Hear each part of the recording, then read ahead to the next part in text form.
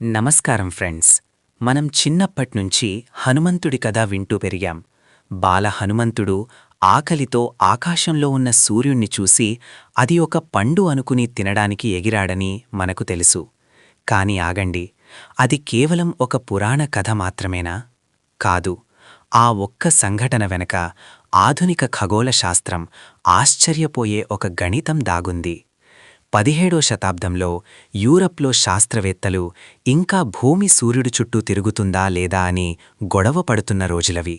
కాని అదే సమయంలో ఇక్కడ మన గోస్వామి తులసీదాసుగారు అవధ భాషలో రాసిన హనుమాన్ చాలీసాలో సూర్యుడు భూమికి ఎంత దూరంలో ఉన్నాడో లెక్కలతో సహా రాసిపెట్టారు.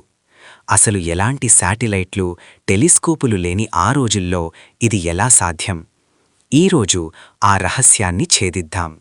ఈ ప్రయాణంలో ముందుకు వెళ్లే ముందు ఒక చిన్న మాట.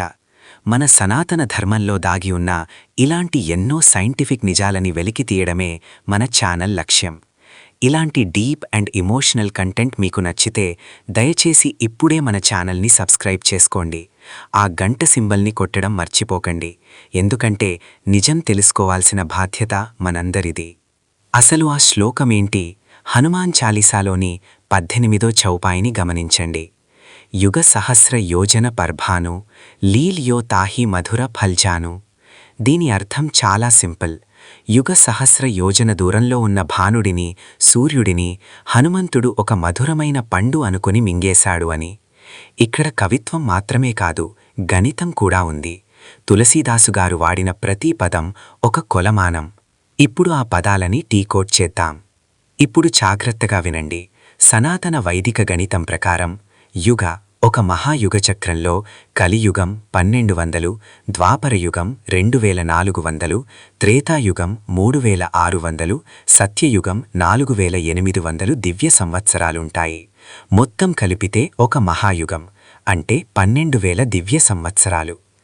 సహస్ర అంటే 1000. యోజన ఇది వేదకాలంలో దూరాన్ని కొలిచే ప్రమాణం. ఒక యోజన అంటే సుమారు 8 మైళ్ళు. ఇప్పుడు గుణించండి. యుగ 12,000 ఇంటూ సహస్ర 1000 ఇంటూ యోజన 8 మైళ్ళు.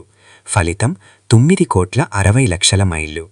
దీన్ని కిలోమీటర్లలోకి మార్చండి. ఒక మైలు అంటే సుమారు 1.6 కిలోమీటర్లు. 96 లక్షలు ఇంటూ 1.6 15,36,00,000 కిలోమీటర్లు, సుమారు 153 మిలియన్ కిలోమీటర్లు. ఇప్పుడు నాసా వెబ్సైట్ ఓపెన్ చేసి చూద్దాం. సూర్యుడికి భూమికి మధ్య దూరం ఎప్పుడూ మారుతూ ఉంటుంది ఎలిప్టికల్ ఆర్బిట్ వల్ల. కానీ సగటు దూరం సుమారు 149 నుండి 152 మిలియన్ కిలోమీటర్లు. తులసీదాసుగారు చెప్పిన లెక్కకి, నాసా చెప్పిన లెక్కకి తేడా కేవలం 1% మాత్రమే. ఇది కాకతాళీయం అని మీరు అనుకోగలరా? ఇక్కడ మనం ఆలోచించాల్సిన విషయం నంబర్స్ గురించి కాదు. తులసీదాసుగారు ఏ స్పేస్ సెంటర్లోనూ పనిచేయలేదు. ఆయనకు గణిత శాస్త్రవేత్త అనే బిరుదు లేదు. ఆయన కేవలం ఒక భక్తుడు. మరి ఈ జ్ఞానమెక్కడిది?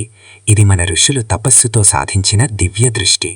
మనం ఈ రోజు కళ్లతో చూసి నమ్మే వాటిని వారు కళ్ళు మూసుకుని అంతర్దృష్టితో దర్శించారు. హనుమాన్ చాలీసా కేవలం భయం పోగొట్టే స్తోత్రం మాత్రమే కాదు, అది ఖగోళ శాస్త్రాన్ని, భక్తిని కలిపే ఒక వారధి. ఫ్రెండ్స్, సైన్స్ పరికరాలతో చూస్తుంది, ఆధ్యాత్మికత అనుభవంతో చూస్తుంది. హనుమంతుడు సూర్యుణ్ణి పండు అనుకోవడం వెనుక ఉన్న అర్థం ఆత్మజ్ఞానం కోసం మనిషి ఎంత దూరమైనా వెళ్ళగలడు అని. చివరిగా మిమ్మల్ని ఒక ప్రశ్న అడుగుతాను. మనం ఈరోజు కనిపెడుతున్నామనుకుంటున్న విజ్ఞానం నిజంగా కొత్తదా, లేక మన పూర్వీకులు ఎప్పుడో మరచిపోయిన జ్ఞానాన్ని మనం మళ్లీ గుర్తు చేసుకుంటున్నామా? కమెంట్స్లో మీ అభిప్రాయం చెప్పండి. జై శ్రీరామ్, జై హనుమాన్.